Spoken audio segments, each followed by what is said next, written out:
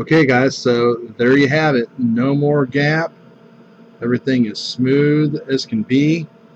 Use my polishing stick there. I basically, go over it there, and then you'll hear it squeak. That means that puppy is smooth and this thing is ready for some paint. So, but before I paint all of this, what I'm going to do is I'm going to put it in the bath and get any final last residue off of it. I have found that rushing through this transition period from primer to paint is probably where most of my mistakes happen. I'm good at building, good at getting the seams and stuff done, but it's this transition here, because any flaw that you have in this model that you don't take out with primer and sanding and filling, when you throw that first load of paint down, it's going to pop out like, it's going to stick out like a sore thumb, and you'll see all the little marks and stuff.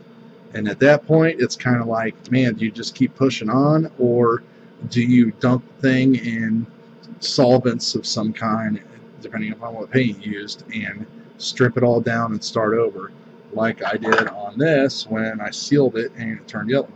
Which, by the way, it's looking pretty sweet, huh? I like these cadet models. Real fun learning how to put on all these Aztecs. I think the color choice that I made, which was like a light gray with a little bit of light gall gray, kind of helps out and doesn't hide any of those Aztecings or any of the windows. So I don't know. I guess on a more detailed kit, it would probably look even cooler, but I'll take it. So anyway, that's it for right now. We'll be right back. All right, so got the camera set up here in the spray booth, and all of the parts for the D7 are primed, sanded, cleaned up, primed, sanded, polished, and this is kind of like your point of no return. So it's either lay down the paint and hope for the best, or the other thing you can do is spray your seams. Put a little bit of not the actual paint that you're going to use on your model, but maybe a similar brand or something like that. Just a darker shade, something that's different than the primer. See what it's going to look like. The other good thing about this is, acrylic is pretty thick paint, so it will actually work as a final filler for everything. So what we're going to do, check my flow here. Just going to lay down some paint here on the seam lines. See how things look.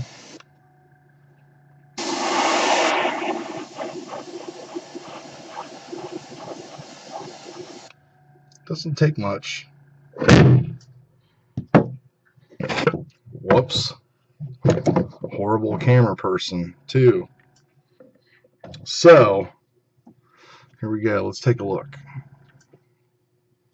Well, everything looks pretty good to me. Hopefully you're catching that on the camera. It's just a little bit darker than before, but it really lets you get a good look at all the work that you put in.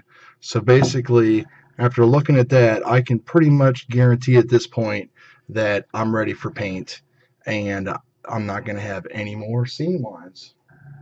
All right, well, that just about does it for this video then. What I'm going to do is finish spraying the rest of these seam lines just like you saw me do it right there.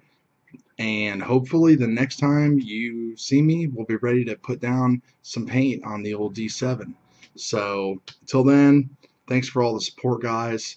Check out Sci-Fi Model Action and all the guys that hang out over there. Maybe jump into the group build. There's like 2 weeks left, plenty of time to knock your kid out. So thanks a lot. Have a good weekend.